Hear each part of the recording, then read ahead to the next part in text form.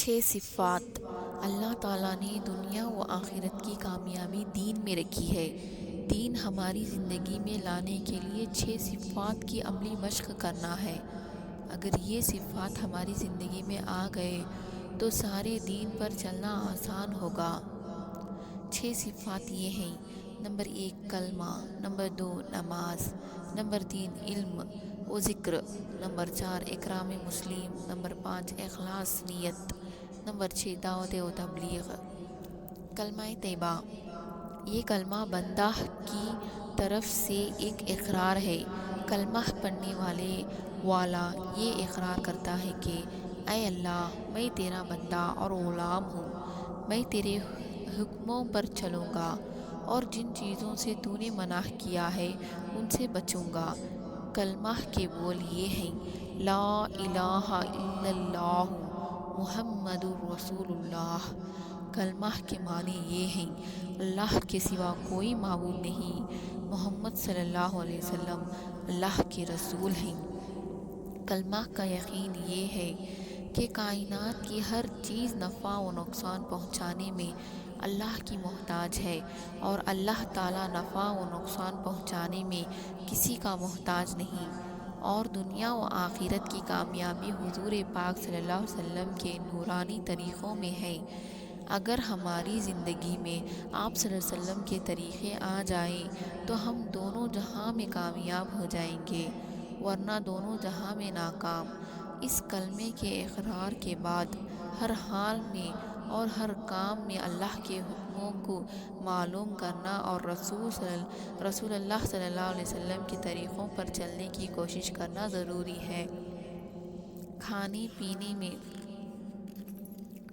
شادی بیاہ میں اور خوشی و غم میں، غرض زندگی کے تمام موقعوں پر خدا کے حکموں میں معلوم کر کے ان کو ہر حال میں ادا کرنے کی فکر کرنا ہماری ذمہ داری ہے۔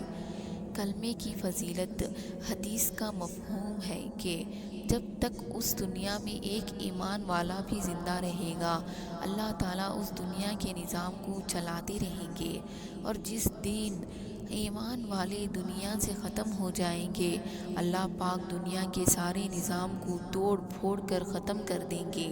کلمے کی محنت، تعلیم کے حلقوں میں بیٹھ کر ایمان کی فضیلت کو خوب غور و عظمت سے سنیں اور سنائیں، ایمان کی خوب دعوت دیں اور خوب رو رو کر اللہ تعالیٰ سے ایمان کی حقیقت کو مانگیں۔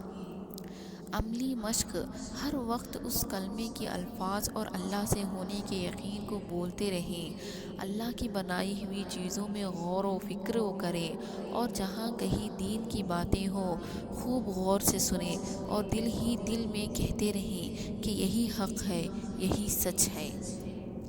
نمبر 2 نماز۔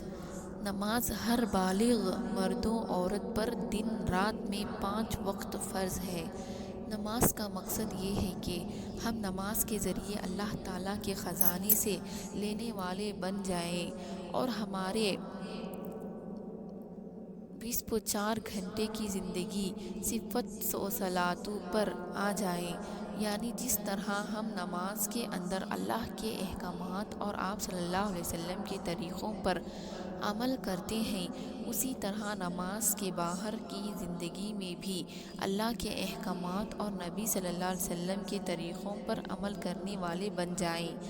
نماز کی فضیلت، حدیث میں آیا ہے کہ قیامت کے دن سب سے پہلے نماز کا حساب لیا جائے گا۔ اگر نماز ٹھیک نکلی تو کامیاب اور بامراد ہوگا، اور اگر نماز خراب نکلی تو وہاں کی نعمتوں سے محروم ہوگا۔ اور ایک حدیث میں آیا ہے کہ نماز کا مرتبہ دین میں ایسا ہے جیسے سر کا مرتبہ جسم میں۔ ایک اور حدیث میں آیا ہے کہ جو فرض نمازوں کا اہتمام کرتا ہے، حق تعالیٰ شانہ اس کا 5 طریقے سے اعراض و اکرام فرماتے ہیں۔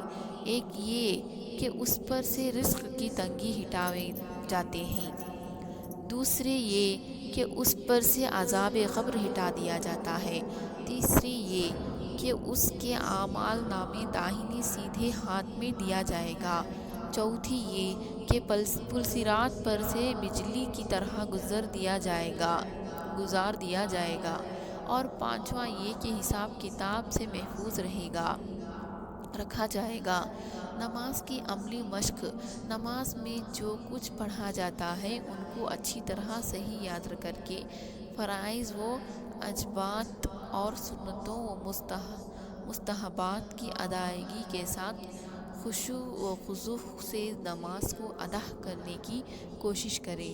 نماز کے ہر رکن میں یہ خیال کرے کہ میں اللہ کو دیکھ رہی ہوں، یا یہ خیال کرے کہ اللہ مجھے دیکھ رہے ہیں۔ نماز کی محنت: تعلیم کے حلقوں میں بیٹھ کر نماز کی فضیلت کو خوب غور و عظمت سے سنیں اور سنائیں۔ نماز کی خوب دعوت دیں اور خوب رو رو کر اللہ تعالیٰ سے نماز کی حقیقت کو مانگیں۔ علم و ذکر: ہم سب جانتے ہیں کہ علم کے بغیر عمل صحیح نہیں ہو سکتا۔ جب ہم نے کلمہ پڑھ کر یہ اقرار اور عہد کر لیا کہ اے اللہ، ہم تیرے حکموں پر چلیں گے، تو اللہ کو راضی کرنے اور ناراض کرنے والی باتوں کو جاننا ضروری ہے۔ علم کا مقصد یہ ہے کہ اس وقت میرے اللہ مجھ سے کیا چاہتے ہیں معلوم کر کے اس کو نبی صلی اللہ علیہ وسلم کے طریقوں پر کرنے والے بن جائیں۔ علم کی فضیلت: حدیث کا مفہوم ہے کہ جو شخص علم حاصل کرنے کے لیے نکلتا ہے، اللہ تعالیٰ اس کے لیے جنت کا راستہ آسان فرما دیتے ہیں۔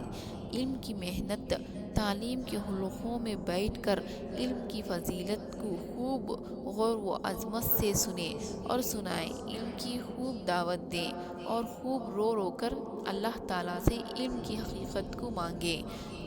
علم کی عملی مشق: علم دو طرح کا ہے، ایک فضائل والا علم، دوسرا مسائل والا علم۔ فضائل والا علم روزانہ مسجد اور گھر میں فضائل کی تعلیم کے ذریعے حاصل کریں، اور مسائل والا علم معتبر کتابوں سے یا اپنے گھر کے مردوں کے ذریعے اپنے مسلک کے معتبر علماء سے معلوم کریں۔ فضائل والے علم سے عمل کا شوق پیدا ہوگا اور مسائل والے علم سے عمل درست ہوگا۔ ذکر کا مقصد یہ ہے کہ ہمارے 24 گھنٹے کی زندگی میں اللہ کا دھیان آ جائے۔ ذکر کی فضیلت: دلوں کا سکون اللہ کے ذکر میں ہے۔ اللہ کا ذکر کرنے والے زندہ اور نہ کرنے والے مردہ ہیں۔ ذکر کرنے والے جنت میں ہنستے ہوئے داخل ہوں گے۔ جنت کے 8 دروازے ہیں، جن میں سے ایک دروازہ ذاکرین کے لیے ہے۔ ذکر کی محنت: تعلیم کے حلقوں میں بیٹھ کر ذکر کی فضیلت کو خوب غور و عظمت سے سنیں اور سنائیں۔ ذکر کی خوب دعوت دیں اور خوب رو رو کر اللہ تعالیٰ سے ذکر کی حقیقت کو مانگیں۔ ذکر کی عملی مشق: صبح و شام 3 تسبیحات یعنی سوم کلمے 100 مرتبہ، درود شریف 100 مرتبہ اور استغفار 100 مرتبہ پابندی سے پڑھیں۔ 2 روزانہ ایک پارہ یا آدھا پارہ یا کم از کم پاؤ پارہ قرآن شریف کی تلاوت کریں۔ اگر پڑھنا نہ آتا ہو تو اتنا وقت قرآن کریم سیکھنے میں لگائیں۔ اگر حافظ ہیں تو روزانہ کم از کم 3 پارے پڑھنے کا معمول بنا لیں۔ نمبر 3، ہر موقع کی مسنون دعاؤں کو یاد کر کے ان کا اہتمام کریں۔ ہر وقت دل یا زبان سے اللہ کا ذکر کرتے رہیں۔ اکرام مسلم کا مقصد یہ ہے کہ ہم ہر ایک کے حق کو جان کر پورا کرنے والے بنیں۔ جو انسان بھی دنیا میں آتا ہے اس کو دوسرے انسانوں کے ساتھ مل کر رہنا پڑتا ہے۔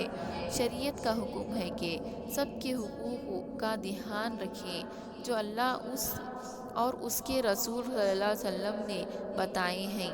ایک دوسرے کی حق تلفی کرنے اور آبرو ریزی کرنے سے یا کسی کا پیسہ ناحق رکھ لینے سے قیامت میں بڑی مصیبت کا سامنا ہوگا۔ اکرام مسلم کی فضیلت: حدیث میں آیا ہے کہ حضرت